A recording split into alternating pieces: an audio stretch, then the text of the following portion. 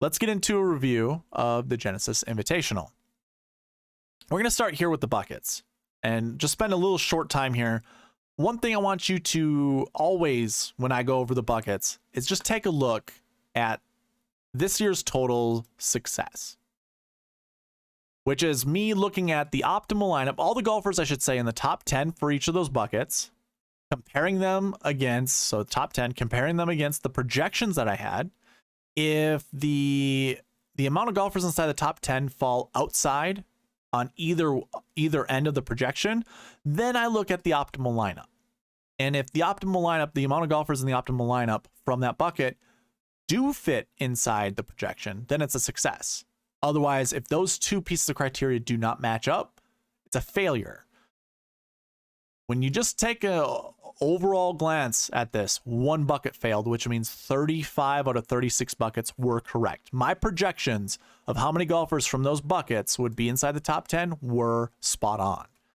So, of course, what I like to do with this is I build lineups every single week, being very strict with the buckets. Like I said, 35 out of 36 buckets were successful. So we didn't hit the optimal lineup.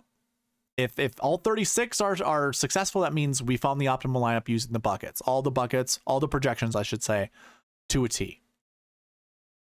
So looking at 2023, the optimal lineup left $400 on the table.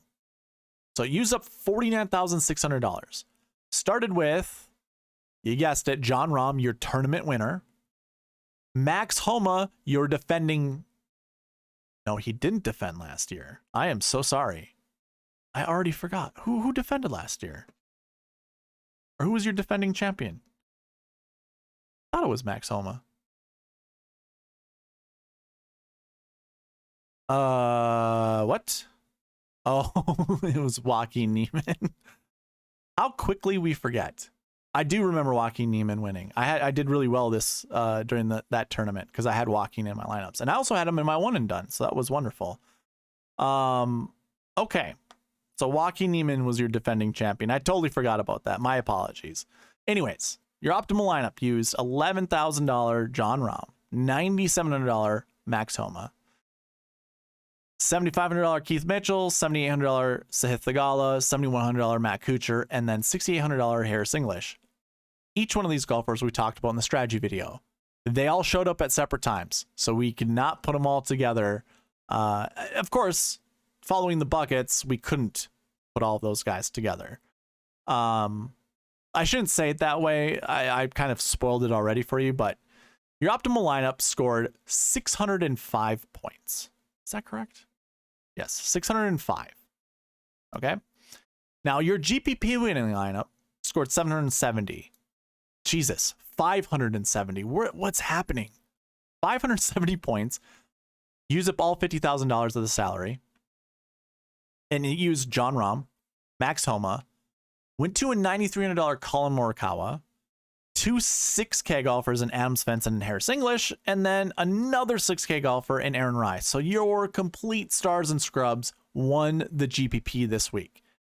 However, if we use the bucket system and we knew we wanted to anchor around Jon Rahm and Max Homa, could we have beaten the GPP winning lineup? So remember, GPP winning lineup scored 570 points. Your optimal scored 605. Well, following the sweet spot optimal, all the bucket conditionals, all that stuff, that lineup scored 594 points. So yeah, we would have taken down a GPP, would have used up, I don't think it's 50,000. I'll have to double check. Hold on. I think I just accidentally took, oh, it is 50,000. Okay, cool. Use up $50,000. Now I figured that all out by basically, if you were with me in the strategy video, I use this optimizer to build lineups. And usually what it looks at is this, well, I mean, it always will look at this metric. I replace this metric with DK points. And this is how I find the optimal lineup. Simple as that. You know, make the minimum salary pretty low, just to make sure we cover the optimal lineup.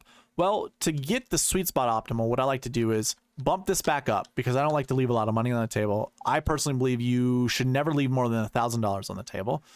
I have all of the buckets right here kind of set to go. Like I just copied over the minimums over here, and I copied over the maximums over here. I'm gonna have to make one slight tweak as well. So this is what I did. So I put all the bucket conditionals in here, and I'm just kind of going over this just to show you that this is what I did. Of course, when it comes to the Marquee Tee Times, which I'll be discussing here shortly, we go 1 to 4.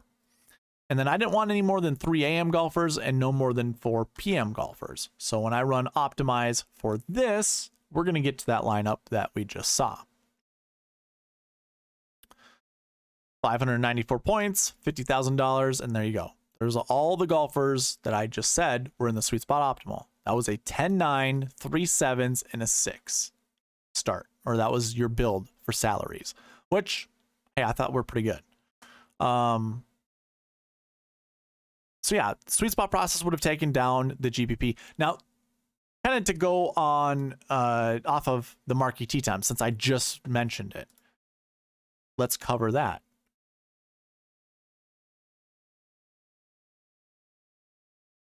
My apologies. Let me put a filter on this, and I'm going to sort by group rank.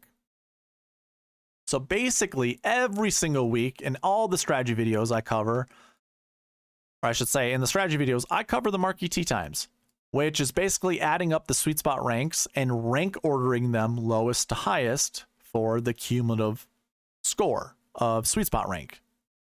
So Jon Rahm, Patrick Cantlay, and Victor Hovland were in group 1. That was your best group. Those are the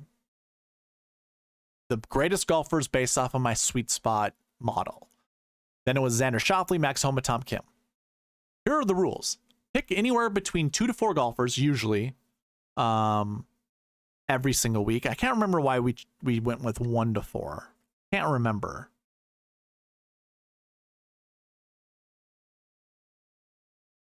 I'd have to rewatch the strategy video to figure out why it was 1 to 4, but I remember it being 1 to 4. Usually it's 2 to 4. Select 2 to 4 golfers from the Marquee Tee Times. And the second rule to that is, okay, so first of all, the first rule. Of the golfers I've selected, there are 9 groups of 3 golfers, which means it's a 27-man player pool. That's basically how you have to look at it. There's 27 golfers in this player pool, and you want to select somewhere between 2 to 4 of those golfers. Now, the second piece to that is don't select more than 1 golfer from a group. So as you can see, Jon Rahm, Patrick Cantlay, and Victor Hovland were in group 1. Here's what I'm getting at. Rahm was in the optimal lineup. Cantlay finished 3rd. He wasn't in the optimal lineup. And that had a lot to do with salary structure, but very rarely do we see multiple golfers from a group in the optimal lineup and also in the GPP winning lineup. So I have all the markings to show you whether it was a GPP winning lineup golfer or a Sweet Spot Optimal. Sweet Spot Optimal are these green colored salaries. So you can even come down here to Matt Kuchar. He was your 3rd guy you could put in your Sweet Spot Optimal. Your actual optimal lineup had Jon Rahm and Max Homa. Those 2 golfers were also in the GPP winning lineup that also included Colin Morikawa. So you see they're all in different groups. And that's kind of what I like to follow every single week. Now, it's only because I've analyzed this over the last 2 years is why I've come up with the rules. That's the only reason why. I'm a firm believer that golfers can piggyback off each other. They draft, quote unquote draft. So if a golfer is playing well, more often than not, that actually boosts the other golfers in the group. And the same can be said is when a golfer's playing really bad, like say he's shanking a golf ball or whatever, that's also infectious, and that will also, or it has the opportunity to influence the golfers in the group to play worse. Put it that way. Because again, it's infectious, whether you're playing good or you're playing bad. So yes, you could have golfers from the same group in the optimal lineup, in the GPP lineup. Obviously, if you went Rahm Cantlay, it's probably a good start. You know, obviously he doesn't follow Sweet Spot process, so that's why it's not included. But it's pretty good. Now, Max Homa finished 2nd. You know, he scored 15 more points than Patrick Cantlay. So you did want to go from Rom to Homa, which means you couldn't put Cantlay in your lineup. And that's what's lovely about making choices when playing DraftKings, when creating your lineups. So hopefully all that makes sense. SweetSpot process 100% on point this last week. Again, we would have taken down a GPP. We were, 11 points behind the optimal lineup, but we were 24 points above the GPP winning lineup. So, yeah. All we needed to do was start with Rom and Homa. Now I have to actually get back to Barry on this one. Barry. It's not just Barry's fault. It's not Barry's fault at all. I'll just put it that way. It's not. I'm giving him crap.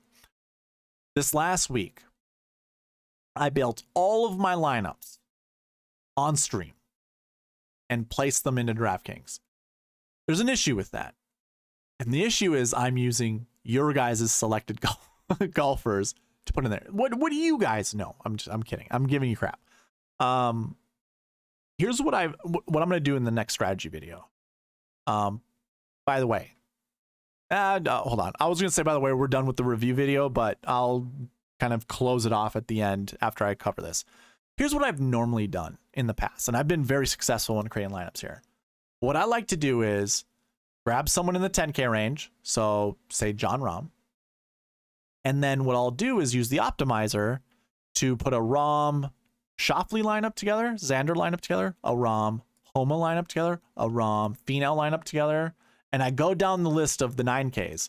So there were 7 9K golfers. Now, Cantlay is in the same group as Rahm, so I wouldn't put them together.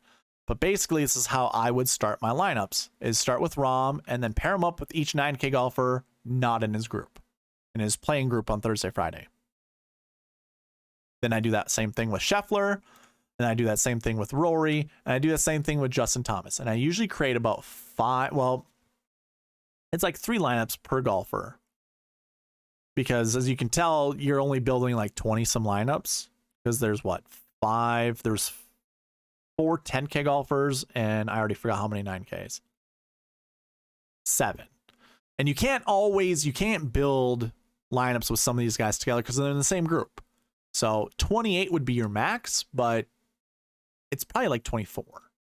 Well, I build 100 lineups. So what I like to do is go, okay, let's build 5 John Rahm Xander lineups, 5 John Rahm Max Homa lineups, 5 John Rahm Tony Finau lineups, and I go that way. So that will get me up to 100 different lineups.